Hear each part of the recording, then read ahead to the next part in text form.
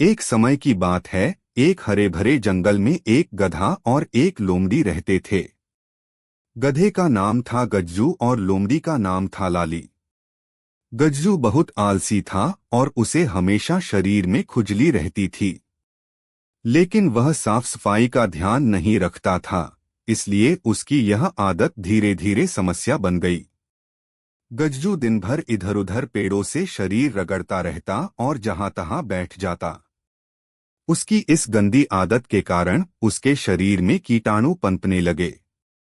एक दिन वह जंगल के तालाब के पास गया और वहां बैठकर जोर जोर से खुजलाने लगा। उसके शरीर से गिरे कीटाणु पानी में मिल गए।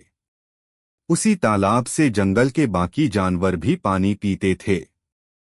कुछ दिनों बाद कई जानवरों को खुजली और दाने होने लगे।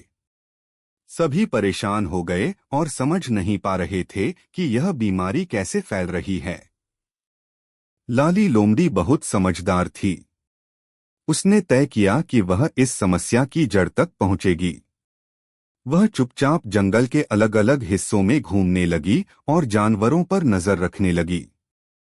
एक दिन उसने देखा कि गज्जू तालाब के पास बैठकर खुजली कर रहा है। लाली को समझते देर नहीं लगी कि यही बीमारी का कारण है। वह तुरंत गज्जू के पास गई और बोली, गज्जू, तुम्हारी यह गंदी आदत पूरे जंगल को बीमार कर रही है। तुम्हें अपनी सफाई का ध्यान रखना चाहिए। गज्जू ने पहले तो बात को हल्के में लिया, लेकिन जब लाली उसे बीमार जानवरों के पास ले गई और उनकी हालत दिखाई तो उसे अपनी गलती का एहसास हुआ। वह शर्मिंदा हो गया और बोला, मुझे माफ कर दो, मैंने कभी सोचा ही नहीं कि मेरी वजह से सबको परेशानी हो सकती है। लाली ने उसे समझाया, गलती हर किसी से होती है, लेकिन उसे सुधारना सबसे जरूरी है। तुम्हें रोज नहाना चाहिए और साफ सफाई का ध्यान रखना चाहिए। गज्जू ने उसी दिन से अपनी आदत बदलने का फैसला किया। वह रोज नदी में नहाने लगा और साफ जगहों पर ही बैठने लगा।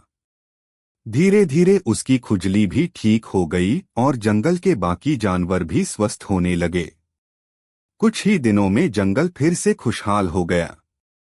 सभी जानवर गज्जू के इस बदलाव से खुश थे।